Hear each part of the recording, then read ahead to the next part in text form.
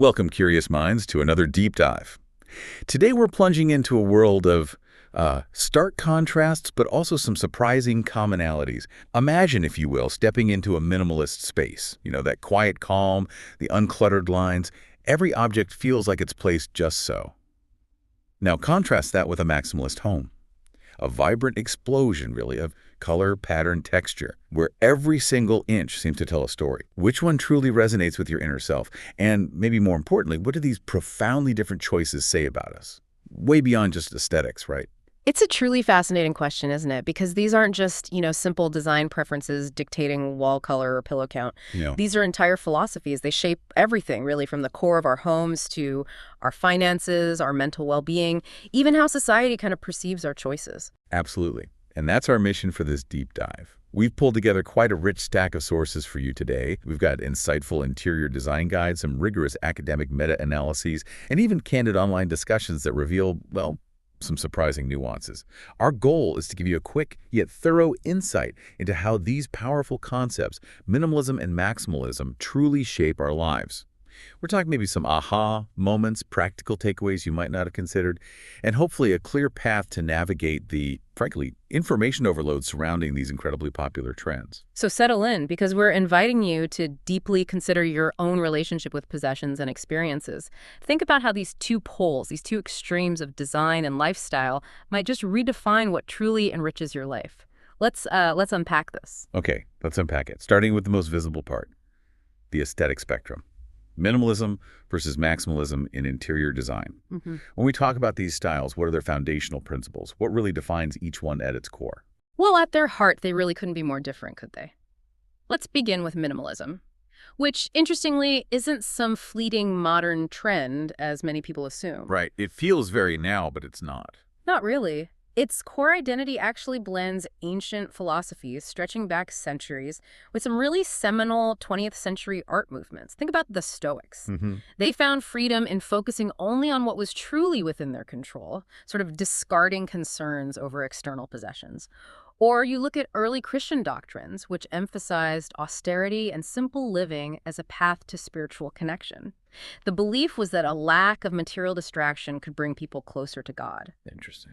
And of course, Zen Buddhism, with its profound philosophy of letting go, embracing emptiness, finding peace in absence.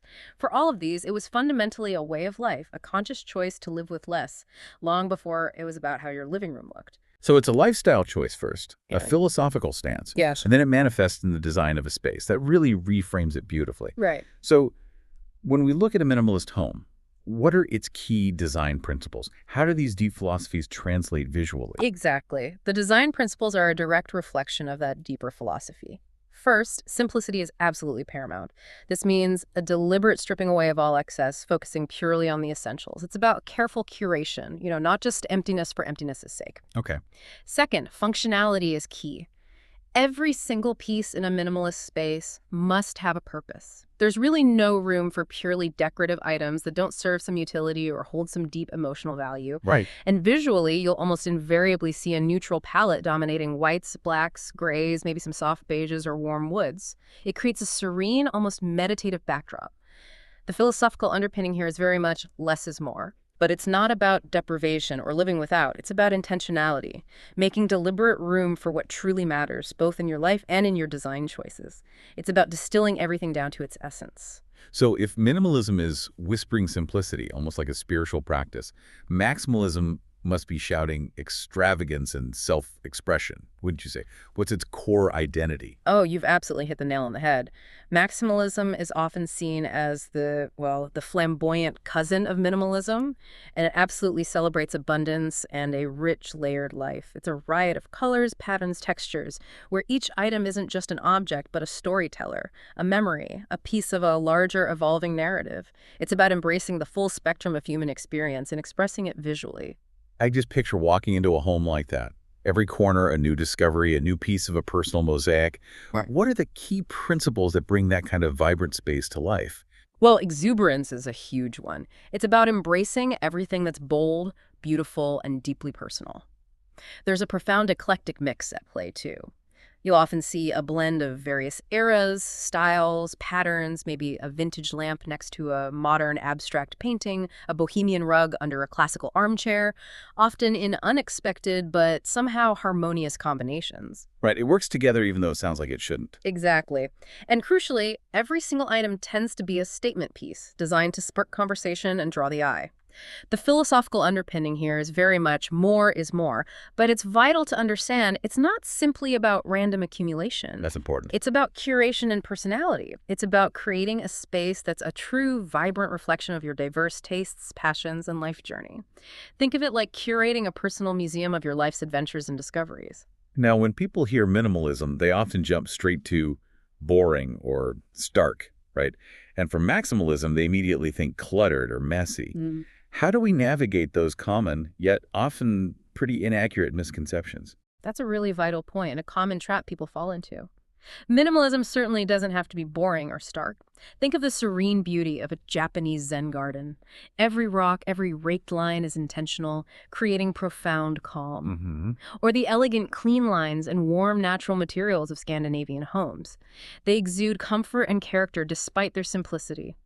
These are prime examples of how minimalism can be stylish, inviting, and full of character without being austere or cold.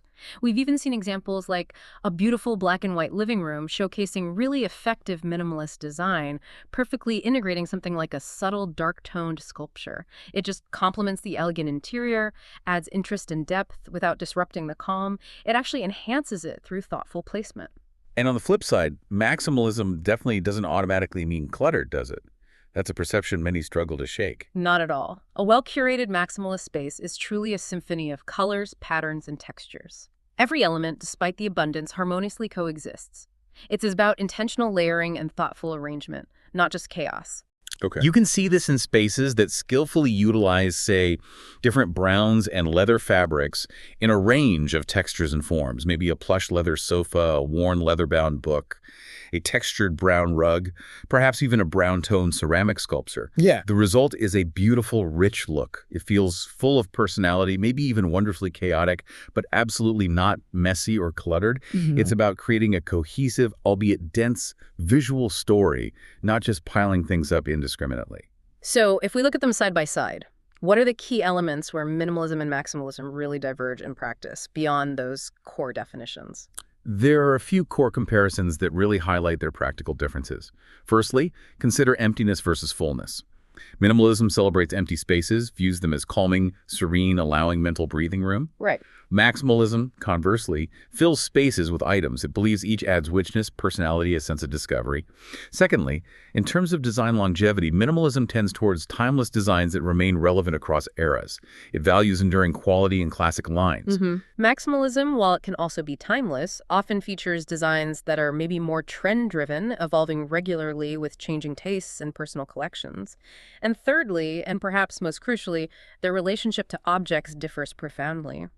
In minimalism, objects are valued primarily for their utility, their purpose, or perhaps their singular beauty. Got it. Whereas in maximalism, almost every object often carries a story, a memory, a deep sentiment, or represents a collection built over a lifetime of passion. It's incredible how a single object can take on such different meanings depending on the philosophy of the space. And speaking of objects, our sources highlight something interesting. That large sculptures, maybe something like a stylized animal sculpture, can actually fit seamlessly into both aesthetics. How does that work, given such contrasting principles? It's one of the surprising flexibilities of these design philosophies, actually. It proves that even seemingly disparate elements can find a home. Whether you're aiming for a dramatic central statement in a maximalist living room or a subtle grounding touch in a minimalist bedroom, these sculptures can truly elevate the design. The trick, as always, is in the intentional application. All right, let's explore that intentionality. For someone looking to achieve a minimalist home design, how might a large sculpture be incorporated without disrupting that sense of calm and simplicity? Give us a few examples of how that interplay works. Excellent question. First, think about decluttering with purpose. That's foundational to minimalism, right? The idea is to regularly assess your belongings, keep only what's truly essential and deeply meaningful. In such a decluttered, serene space, a single, carefully chosen large sculpture can stand as a powerful yet serene focal point.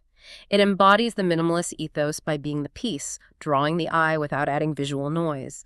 It becomes an anchor in the simplicity. So it's about making that one piece really count, rather than having lots of little things, almost like a deliberate art installation in your home. What's another approach? Second, consider a neutral palette with a subtle twist. While minimalism often sticks to calm shades like whites and beiges, you can introduce a subtle pop of color or maybe an unexpected texture with a large neutral-toned sculpture. This adds a touch of whimsy and personality without disrupting the overall minimalist harmony. Right. For example, a sculpture with a metallic sheen, maybe a golden luster, or just a unique understated texture can bring elegance and a hint of unexpected charm into a minimalist home. It's about adding interest through contrast and form, rather than competing colors. That sounds beautiful, a splash of personality without overwhelming the calm. And for a third way to integrate such a piece. Third, integrate it as functional art, or use open spaces. Minimalist design really embraces open plans and avoids overcrowding. So instead of filling every corner, you strategically place a large sculpture maybe in a corner of the room or by a window. This allows it to draw attention and become a striking feature without overwhelming the rest of the space. It sort of celebrates the emptiness around it. Or if it's a smaller piece, imagine it elegantly placed beneath a glass coffee table, merging functionality with art seamlessly. It becomes part of the living dynamic rather than just static decoration.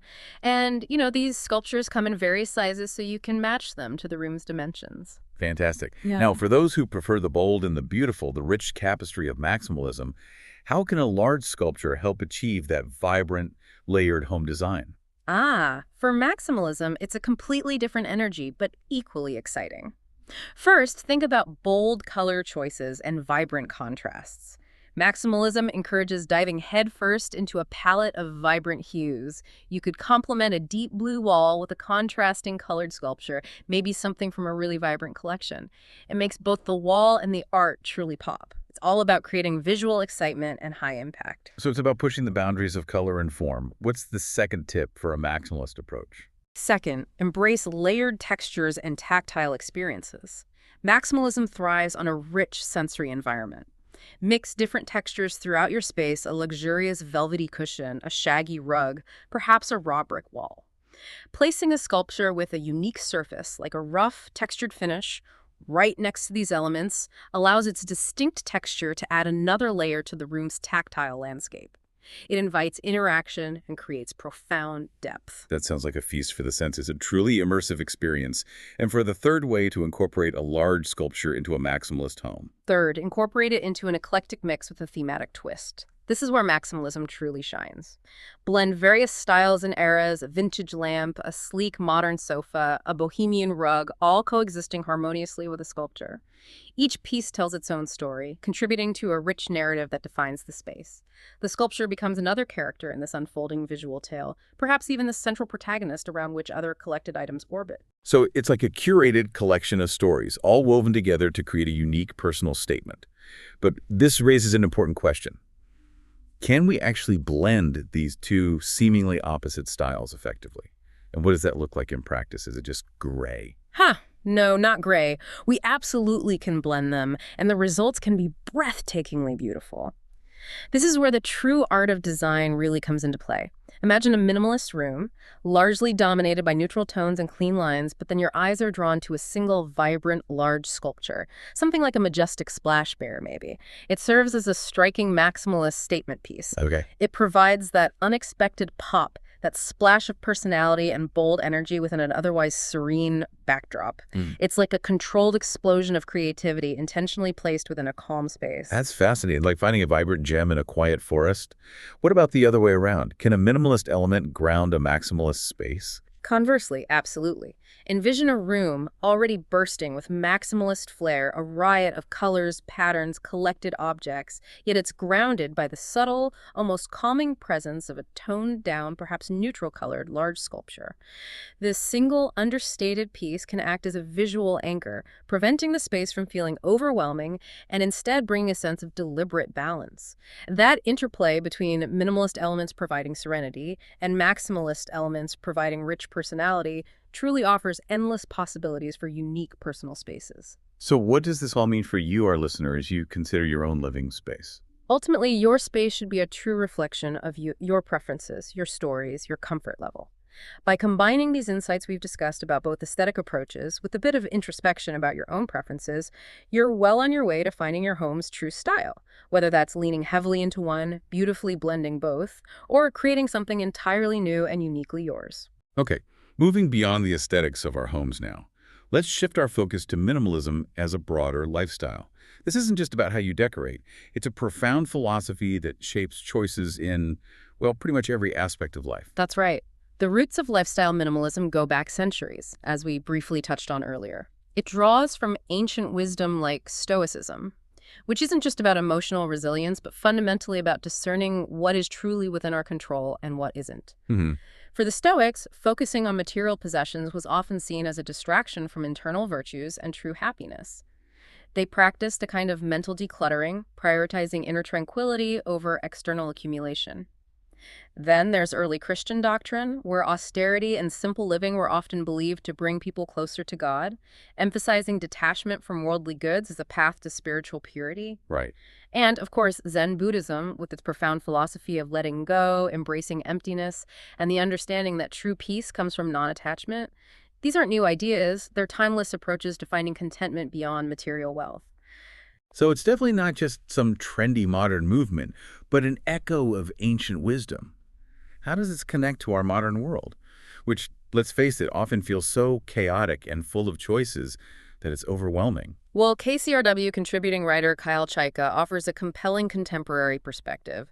He suggests that modern lifestyle minimalism is, in many ways, a reaction to the sheer overwhelming number of choices and the pervasive chaos in contemporary life. Yeah, I can see that. It imposes a kind of discipline, a way to create order in a world that often feels utterly out of control. As Chayka puts it, minimalism is a reaction to how many choices we have to make every day. It's about simplifying to regain control, to reduce decision fatigue, and to find mental clarity in a world that constantly bombards us with options and demands. That resonates deeply. When everything feels like too much, perhaps taking things away, simplifying our lives, is the only way to truly cope and thrive. And what's the core philosophy, the central intention that drives this intentional living, especially for modern minimalists? It's beautifully captured by Leo Babauta, who's a prominent voice in the modern minimalist movement. He famously said, "Minimalism isn't about removing the things you love. It's about removing the things that distract you from the things you love." That's powerful. It's not about deprivation, but about profound clarity and focus. And Joshua Fields Milburn, another key figure, frames it as a search for happiness through life itself, through experiences and relationships, not through the endless acquisition of things. It's about shifting your focus from accumulation to contribution, from possessions to personal growth and fulfillment. It's the deliberate cultivation of a life rich in meaning, not necessarily rich in material goods. That sounds incredibly appealing, almost aspirational for many of us. But it also leads us straight into a really complex and often debated question. Is minimalism a privilege? For some, it's a conscious choice, a liberating philosophy. But for others, the appearance of living with less can be a necessity born from financial hardship. So, does the ability to choose less inherently come from a place of privilege? This is a vital and honestly often uncomfortable discussion to have. And it challenges some common assumptions about minimalism. Let's explore the arguments that suggest it is a privilege first. One strong point is that a person often needs, a certain level of financial security so they can get rid of things knowing they can buy it later if they need it. Right, the safety net. Exactly. This highlights that the kind of aesthetic chosen minimalism often celebrated online might not be accessible or practical for everyone. For someone living paycheck to paycheck, discarding something just in case is a luxury they simply cannot afford. That makes perfect sense. If you can afford to replace something without a second thought, getting rid of it isn't such a big deal. And what about the practical just-in-case dilemma that often comes up in these discussions? I know I have just-in-case things. The just-in-case scenario is a powerful critique, and you see it discussed candidly in online forums. For example, minimalist advice like having only 1 or 2 sheet sets per bed. Well, that's completely impractical for people in northern climates who genuinely need different sheets for summer, like light cotton and winter, like thick flannel or wool. Totally. Or consider a power outage. If you're a minimalist who only keeps one blanket, you're facing a very cold night if your furnace breaks down. Many people keep emergency supplies, battery-operated radios, flashlights, camping lanterns, extra food and water, not as clutter, but for very real possibilities like power outages, natural disasters, or unexpected emergencies. These aren't frivolous, they're necessities for security. And what is about the idea of borrowing things you don't use often, like specialized tools or maybe a sewing machine? That seems to be a common minimalist suggestion. That's where the critique of borrowing culture really comes in, and it's quite insightful. If minimalism preaches getting rid of occasional use items because you can always borrow them, it inherently relies on other people owning and storing these items. Yeah. As one person eloquently put it in an online discussion, if everyone takes the perspective of, I can just borrow if I need it, there would be no one to borrow from. This suggests either a profound lack of community resources where sharing is truly reciprocal, or maybe an unfair expectation that others' clutter will support your chosen minimalist lifestyle. It implies you're relying on someone else's generosity and storage space to maintain your own decluttered environment. And it also raises a point about wastefulness, doesn't it? Discarding perfectly good items only to rebuy them later or expecting someone else to store them. It seems counterintuitive to a sustainable mindset. Absolutely. The argument is that disposing of perfectly good items, especially occasional use ones that could still serve a purpose, only to repurchase them later, can be seen as profoundly wasteful and environmentally harmful. It kind of goes against a broader sense of conscious consumption and sustainability, which many minimalists claim to uphold. It raises the question of whether the aesthetic appeal of an empty space sometimes outweighs the practical and environmental implications of achieving it. And there's a distinct difference between the sleek aesthetic of popular minimalism and simply living with less out of necessity, especially in smaller, crowded living spaces. Exactly. Popular minimalism, the kind often portrayed on social media, typically presents this sleek aesthetic and a lack of clutter, which, let's be honest, can require ample space to begin with or the financial ability to afford fewer but very high-quality, long-lasting goods. Right. This contrasts sharply with a situation where, as one person vividly described online, every spare corner is packed with stuff we need because they're a 5-person family living in a 2-bedroom house. For them, there's not enough room to do that kind of aesthetic. They might be living with less luxury, but it's not by choice, and it certainly doesn't look like an Instagram-perfect, airy, minimalist home. It's often about making do with limited space for absolutely essential items. It reminds me of that powerful dieting versus starving analogy, which really cuts to the core of this privilege debate. Yes, it perfectly illustrates the point. Choosing not to eat is dieting that's a conscious, privileged choice. Starving, however, is not a choice. It's a desperate circumstance.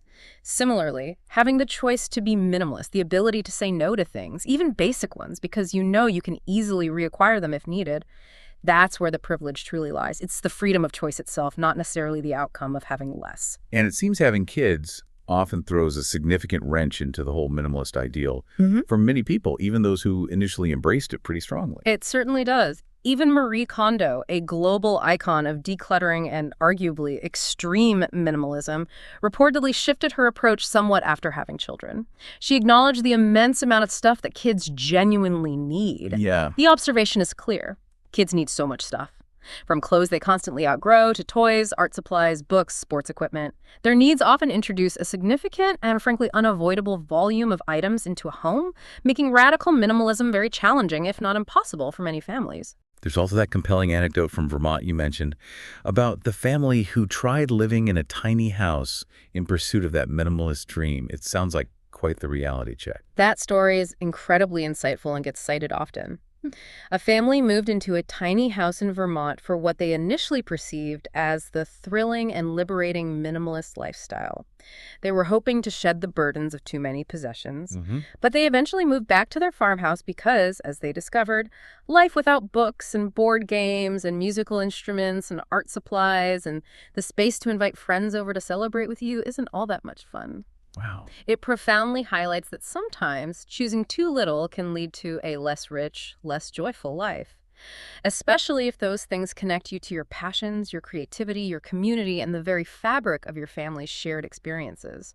It underscores that minimalism, if taken to an extreme, can inadvertently strip away the joy that certain possessions facilitate. And that often quoted 20 minutes, $20 decluttering rule. That seems particularly problematic in this context of privilege. Can you explain that one? It absolutely is problematic. This popular decluttering hack suggests that you should discard items if you can replace them in less than 20 minutes for under $20. But the critique is sharp. For many people, $20 is not spare change. It's essential gas money, or food for the week, or the budget for a crucial prescription copay. Right. Discarding something willy-nilly with the assumption you can just buy it again later is a clear indicator of financial privilege. It promotes a wasteful mindset that is simply untenable for those without financial security or easy access to retail. So we've heard a lot of compelling arguments for minimalism being, well, inherently linked to privilege. But what are the counter-arguments? Do people from all walks of life embrace it? And how does it manifest for them, perhaps differently? They absolutely do embrace it, and it manifests in ways that are often overlooked by the more publicized, sleek aesthetic of minimalism. For some, minimalism is actually a profound way to break free from a poverty mentality. You know, that feeling of needing to hoard just-in-case items, often born from past scarcity. Ah, interesting. For them, it's about reducing emotional and mental clutter, gaining a sense of control. It's seen as a common-sense way of life, a genuine preference that offers liberation rather than some imposed aesthetic. It's not about being wealthy, it's about intentionality regardless of your income level. And it can actually lead to greater financial freedom rather than being something you can only do if you already have freedom. Precisely.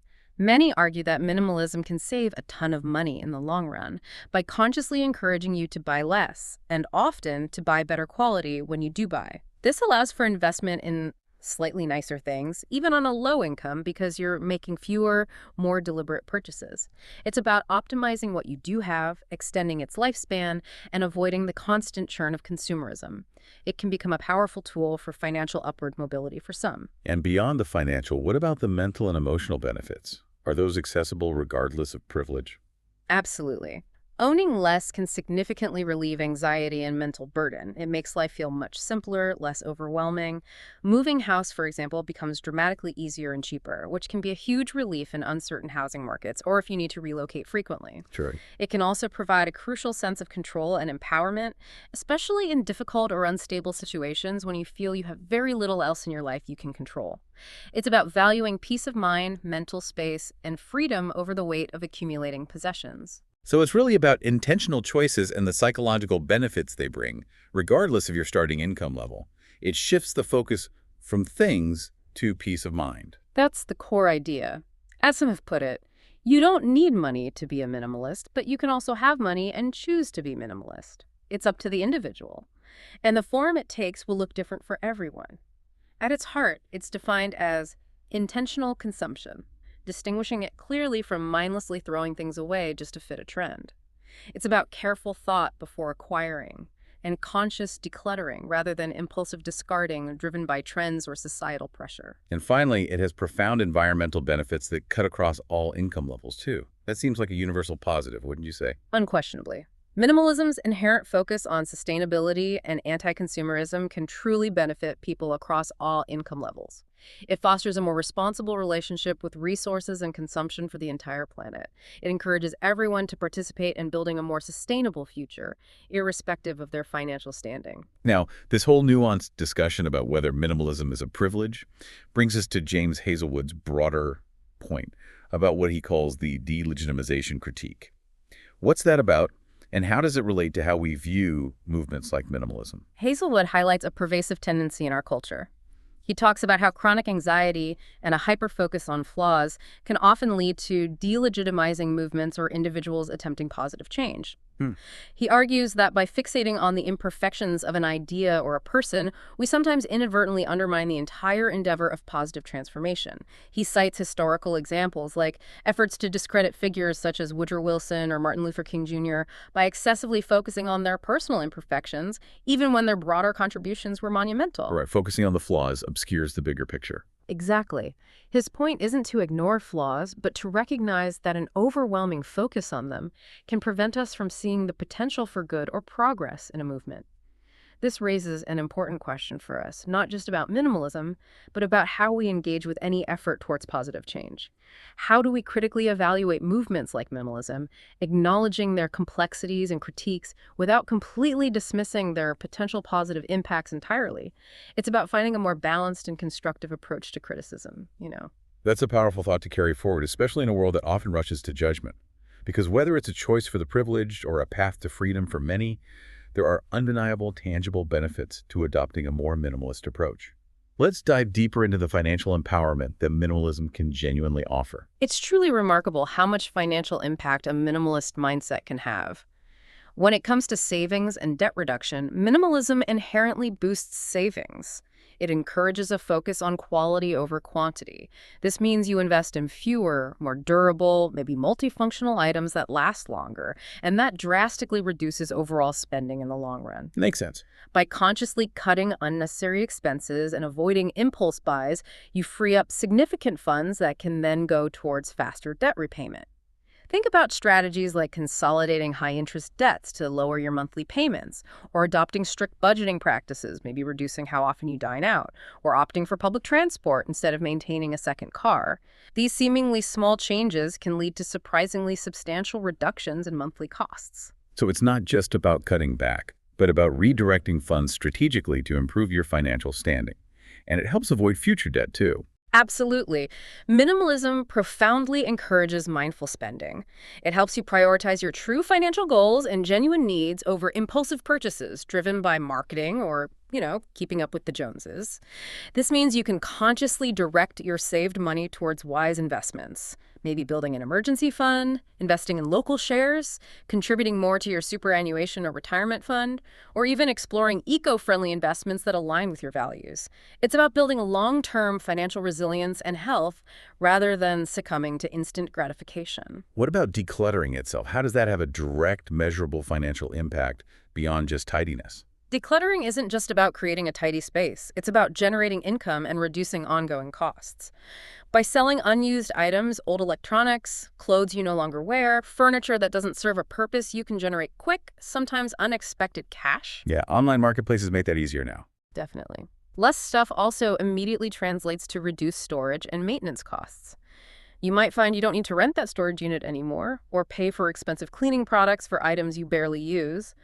And critically, a more minimalist approach can significantly reduce your need for larger living spaces. This can result in substantial savings on rent or mortgage payments.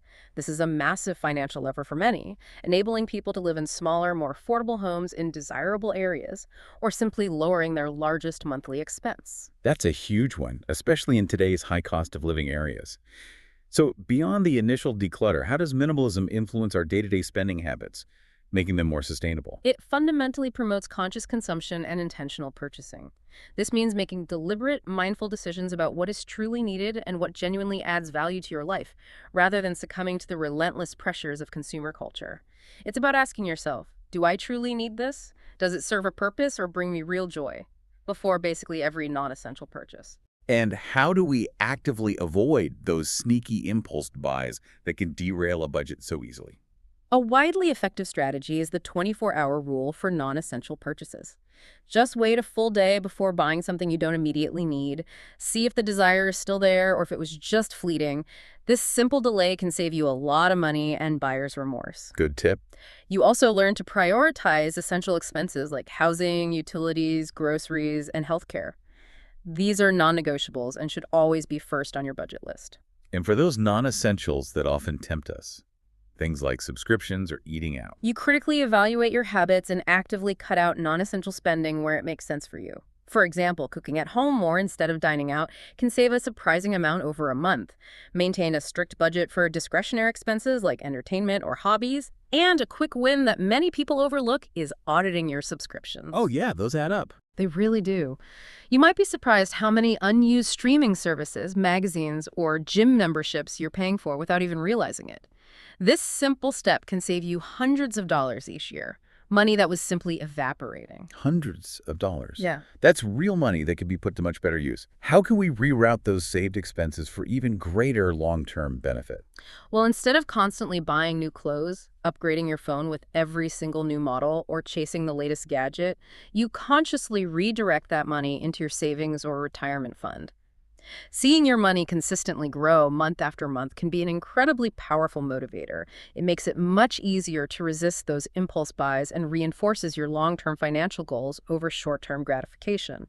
It turns saving into a positive feedback loop. Beyond personal finances, minimalism also champions significant environmental benefits, which is a huge plus for a sustainable future.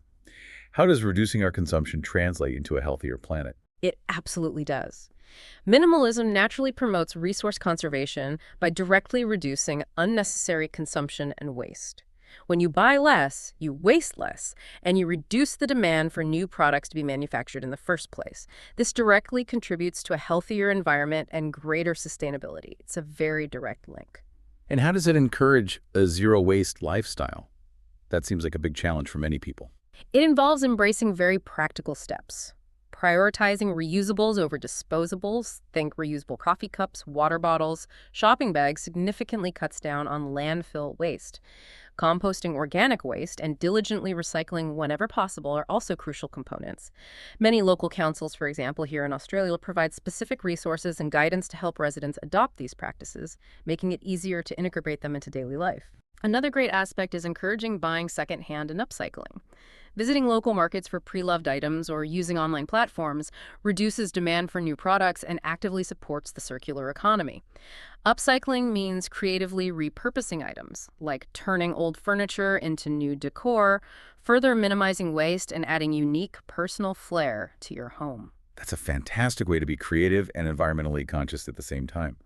What about energy and resource efficiency within the home? Adopting energy-efficient practices, which often align with minimalist principles of conscious living, can lead to substantial savings on utility bills while reducing your environmental footprint.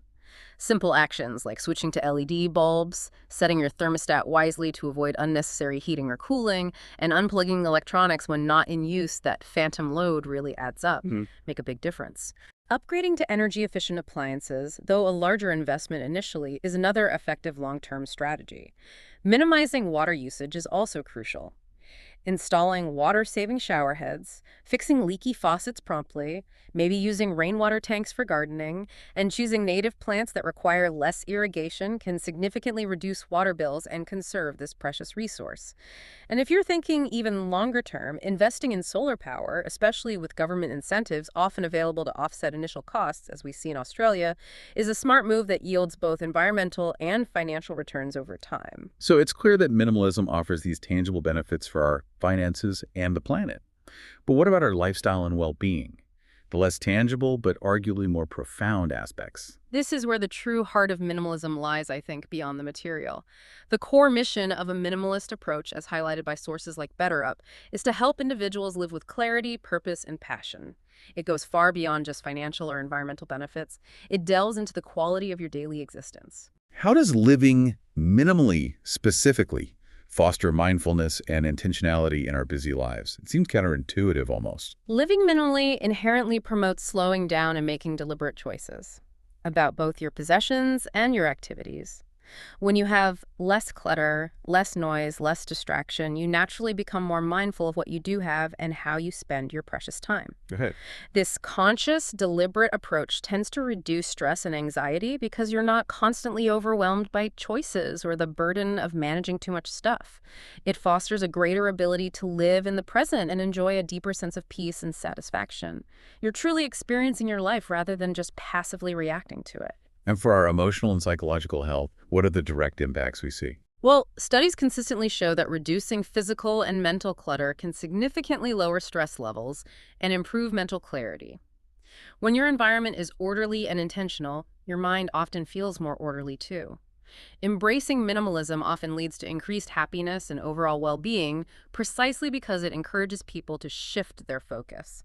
away from the accumulation of material goods and towards investing in enriching experiences, fostering deeper relationships, and pursuing personal growth. It's really about valuing peace and connection over possessions. That sounds like a much richer and more fulfilling way to live. So if we're focusing less on acquiring possessions, does that naturally mean we're investing more in experiences? Exactly. Investing in experiences rather than purely material possessions is a cornerstone of this philosophy, because experiences become an indelible part of one's identity. They create lasting memories, often offering far deeper fulfillment than physical items ever could. Think about the thrill and stories generated from, say, a surfing trip with friends versus buying the latest gadget. The memories of the waves, the laughter, the shared adventure, they last far longer and contribute more to your sense of self than a new device ever could. And these experiences don't have to break the bank either, do they? That's often a misconception, that experiences are inherently expensive. Not at all. There are countless budget-friendly activities and trips that are incredibly enriching. Exploring local nautical parks like the majestic Blue Mountains near Sydney for hiking and camping can be both economical and absolutely breathtaking. Or a road trip along Australia's iconic Great Ocean Road can offer stunning vistas and shared memories without extravagant spending. For city dwellers, attending free cultural festivals, public art installations, or community events is a fantastic way to engage with local culture and people without spending much, if anything, at all. It's about seeking out meaning and joy, not necessarily a hefty price tag. And these shared experiences must be great for building truly meaningful relationships, which we know is so crucial for well-being. They absolutely are. Experiences often bring people together in profoundly deeper ways than material gifts or individual pursuits often can. Focusing on social connections by sharing activities like a simple BBQ at a local park, a beach day, or a board game night fosters deeper bonds and creates shared narratives. Instead of physical gifts, planning experiences like a cooking class together or a group outing creates stronger, more resonant memories that strengthen relationships over time. And there are even financial benefits to focusing on community and shared experiences, beyond just individual cost savings. Yes, definitely. Pooling resources with friends for group activities often significantly reduces individual costs. For instance, splitting the cost of a rental cabin for a group trip or everyone contributing to a potluck for a BBQ makes larger experiences more accessible and affordable for everyone involved. Plus, engaging in community events provides a rich social life and a sense of belonging without the need for constant individual spending on expensive activities. This saves money, enhances your social satisfaction, and builds a stronger community network. It's truly a win-win situation, fostering both financial prudence and rich social capital. Okay, we've talked a lot about the positives of minimalism and intentional living, but to fully understand the landscape of well-being and consumption, we really need to explore its counterpoint, materialism. What does it actually mean to be materialistic, not just in a casual sense, but as a defined psychological orientation? Right, it's important to define it clearly. Materialism, at its core, is scientifically defined as valuing money and possessions only, or at least placing an extremely high importance on them in one's life. It's a distinct psychological orientation, a deeply held set of values, not just a casual preference for, nice things. Okay. The research, particularly a very robust meta-analysis that we've reviewed, and just for clarity, a meta-analysis is a rigorous research method that combines and analyzes data from numerous independent studies, giving us a highly robust and reliable conclusion, breaks materialism down into several key components. So it's not just about owning things, but profoundly about how you feel about owning them and what they represent to you. Precisely. One component is the value attached to money and possessions themselves. So placing high importance on being very well off financially or having many expensive possessions.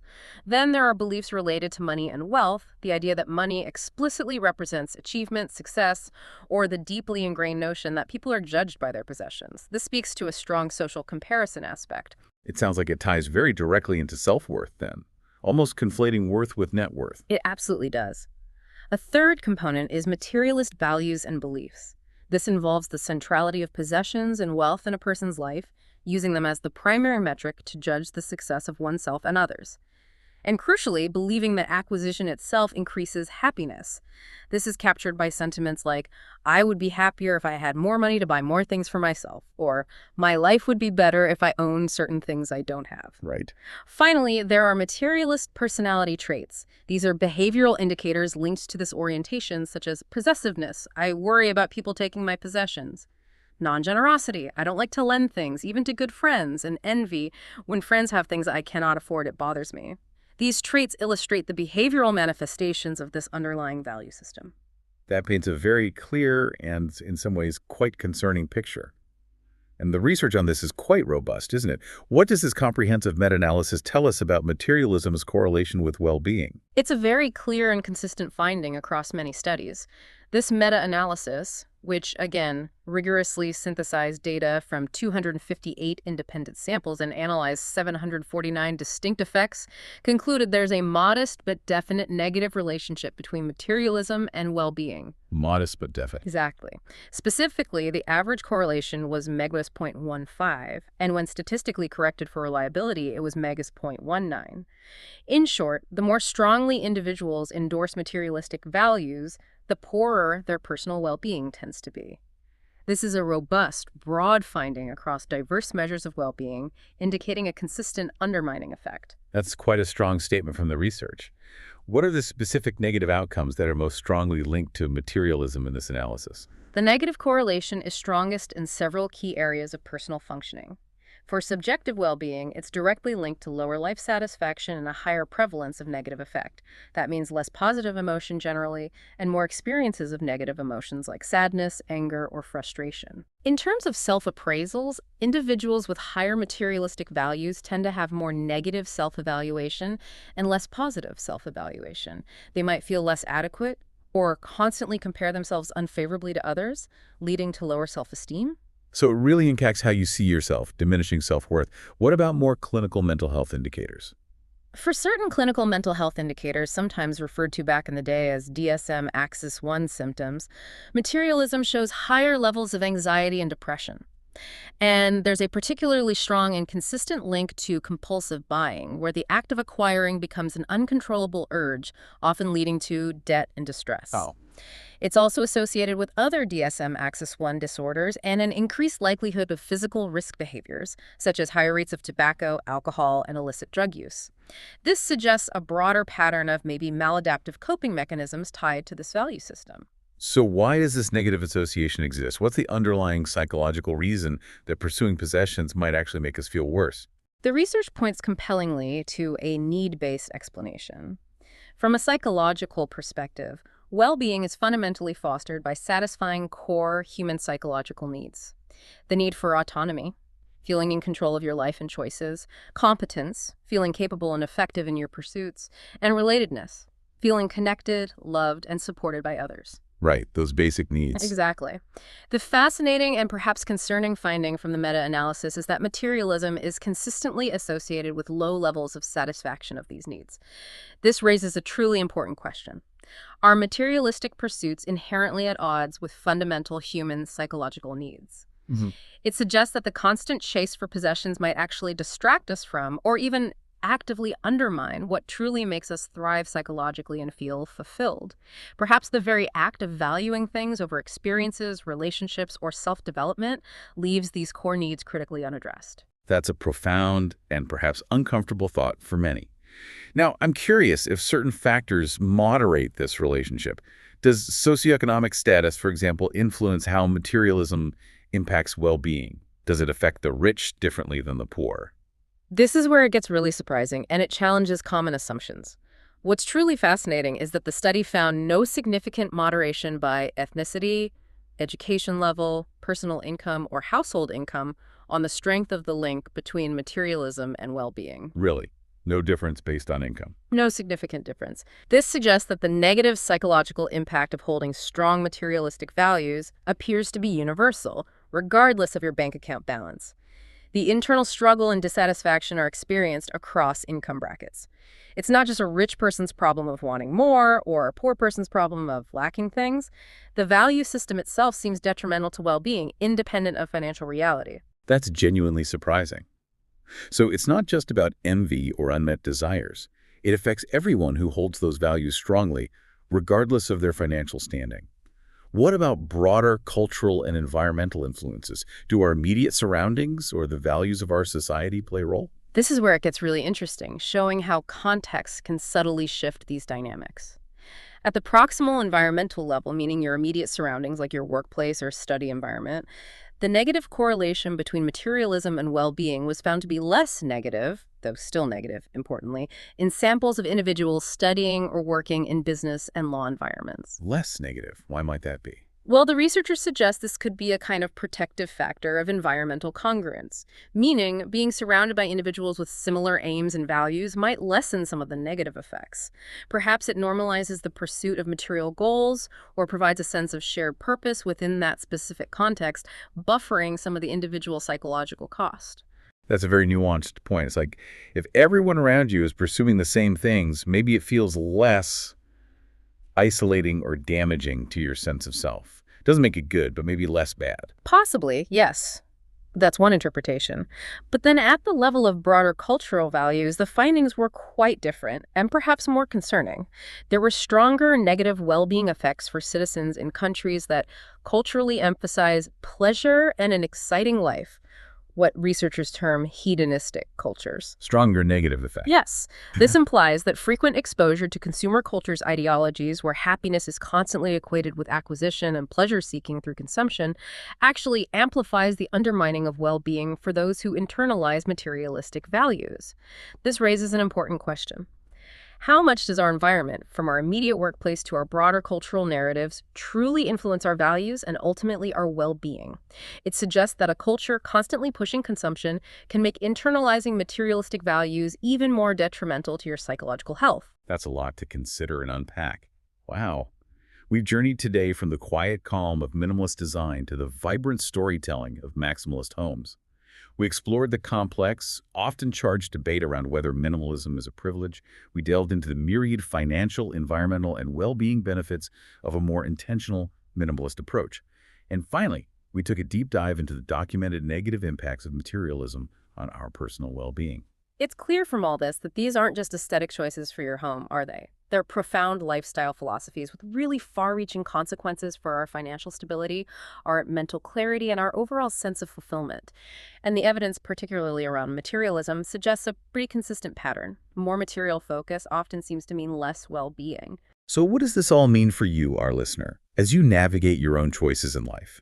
If materialism is negatively correlated with well-being regardless of your income, and intentional living, often embodied by minimalist principles, offers potential paths to financial freedom and psychological peace, what does this mean for your next purchase, or your next home decor choice, or maybe your overall approach to what truly enriches your life? Maybe consider this. How might shifting your fundamental focus from having more to being more, be more present, more connected, more purposeful, fundamentally reshape your experience of happiness? How might it lead to a richer, more meaningful life for you? It's a question that invites continuous introspection and perhaps, well, a deeper dive into your own evolving values.